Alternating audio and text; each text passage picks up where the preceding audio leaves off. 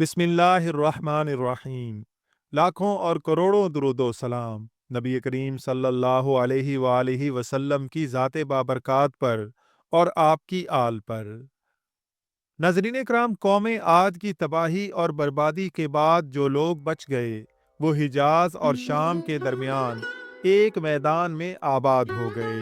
शुरू में ये कौम आदे सानिया कहलाई, लेकिन बाद में अपने किसी बुजुर्ग के नाम पर उस कौम ने अपना नाम समूद इख्तियार किया।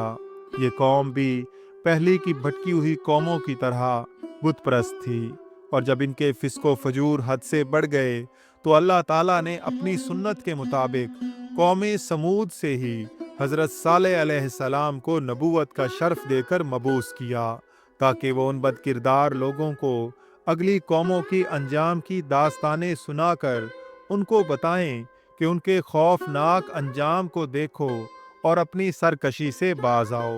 कहीं ऐसा ना हो कि तुम भी खुदा के अजाब में गिरफ्तार होकर उन कौमों की तरह हमेशा के लिए दुनिया से नेस्तो नाबूद हो जाओ। कौम समूद की तबाहशुदा इमारात अब तक हिजाज और शाम की राह में अवाम के लिए सामाने इबरत मुहैया कर रही हैं। ग़ज़वा तबूक के मौका पर जब इस्लामी फ़ौज उस राह से गुजरी तो सहाबा ने समूद के कुएं से पानी भरा और आटा गूंद कर रोटियां तैयार करने लगे।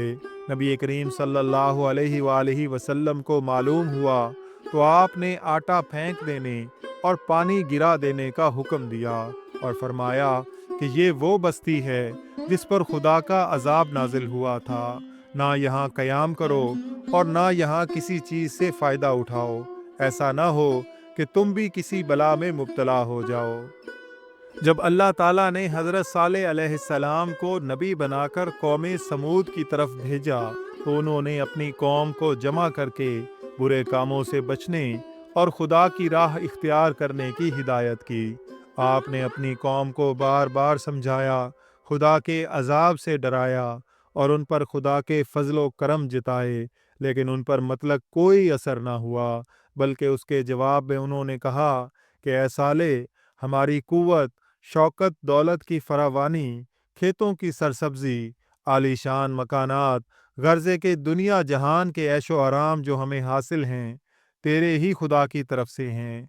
तो फिर वो लोग क्यों गरीब और नादार हैं जो तेरे खुदा को एक मानते हैं। उसका तो मतलब ये है कि वो राह रास्त पर नहीं, और ये हमारे ही खुदाओं की तो करम फरमाइयाँ हैं। हज़रत सालेह अलैहिस्सलाम ने उनसे फरमाया कि इस अक्ल दौलत और शानो शौकत पर हरगिज़ घुमंड और गरूर ना करो। ऐसी चीज़ें पल भर में फना हो जाया करती हैं। बिलाशुबा ये सब कुछ तुम पर अल्लाह ही का फजलो करम है। तुम्हें चाहिए कि उसका शुक्र अदा करो और उसकी इबादत करो। कौम समूद को सबसे बड़ा ताज्जुब ये था कि हमसे ही एक शख्स कैसे नबी बन गया और उस पर खुदा का पैगाम नाजिल होने लगा। अगर ऐसा ही होना था तो क्या हम इसके अहल न थे? हम ऐसे रईसों और बड़े आदमियों को छोड़कर अल्लाह ने गरीब और कमज़ोर लोगों को अपने पैगाम के लिए क्यों चुना? हज़रत साले हर रोज़ खुदा का पैगाम अपनी कौम के लोगों तक पहुँचाते, मगर कोई इस तरफ तवज्जो न देता, बल्कि उनका मजाक उड़ाते। रोज़ रोज़ की नसीहतों से ये भी तंग आ गए थे। आखिर सब ने मिलकर फैसला किया कि हज़रत साले से कहा जाए कि तुम कोई ऐसी निशानी दिखाओ जिससे हमें यकीन हो जाए कि तुम वाकई खुदा के रसूल हो। हज़रत सालेह अलैहिस्सलाम ने बारगाहे खुदावंदी में दुआ की और अल्लाह ताला की ये निशानी एक ऊँटनी की सूरत में नमोदार हुई। कुरान में तो इसका कोई ख़ास जिक्र नहीं, सिर्फ खुदा की ऊँटनी कहा गया है।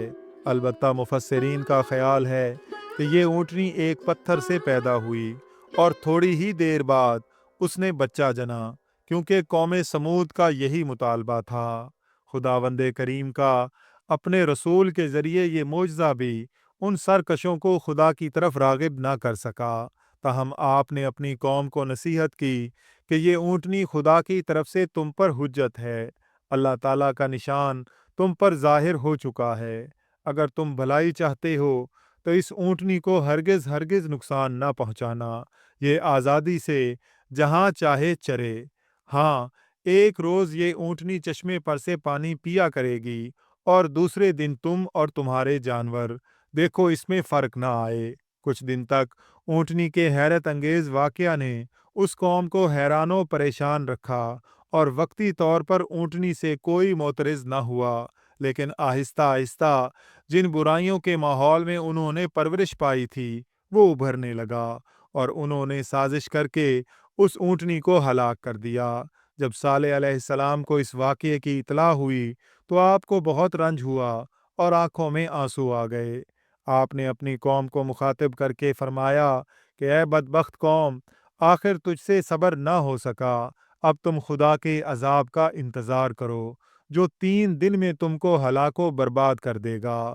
3 دن کے بعد کڑک اور گرج کی ایک ہیبت ناک آواز پیدا ہوئی جس نے ہر انسان کو جو جس حالت میں تھا ہلاک کر دیا، لیکن وہ لوگ جو حضرت صالح علیہ السلام پر ایمان لے آئے تھے اس عذاب الہی سے بچ گئے۔ جب قوم سمود پر عذاب نازل ہو رہا تھا تو حضرت صالح علیہ السلام نے قرآن کریم کے الفاظ میں اپنی قوم سے مخاطب ہوتے ہوئے فرمایا کہ اے قوم، بلا شبہ میں اپنے پروردگار کا پیغام تم تک پہنچانے آیا تھا اور تم کو نصیحت کی، لیکن تم تو نصیحت کرنے والوں کو دوست ہی نہ رکھتے تھے۔ قوم سمود کی تباہی کے بعد جو لوگ بچ گئے وہ فلسطین میں آ کر آباد ہوئے۔ اللہ تعالی ہمیں ہمیشہ اپنی نافرمانی سے محفوظ رکھے۔ ویڈیو پسند آئی ہو تو اس کا اظہار کمنٹس میں ضرور کیجیے گا۔ اللہ تعالیٰ سے دعا ہے کہ اللہ تعالیٰ ہم سب کا حامی و ناصر ہو۔ آمین یا رب العالمین۔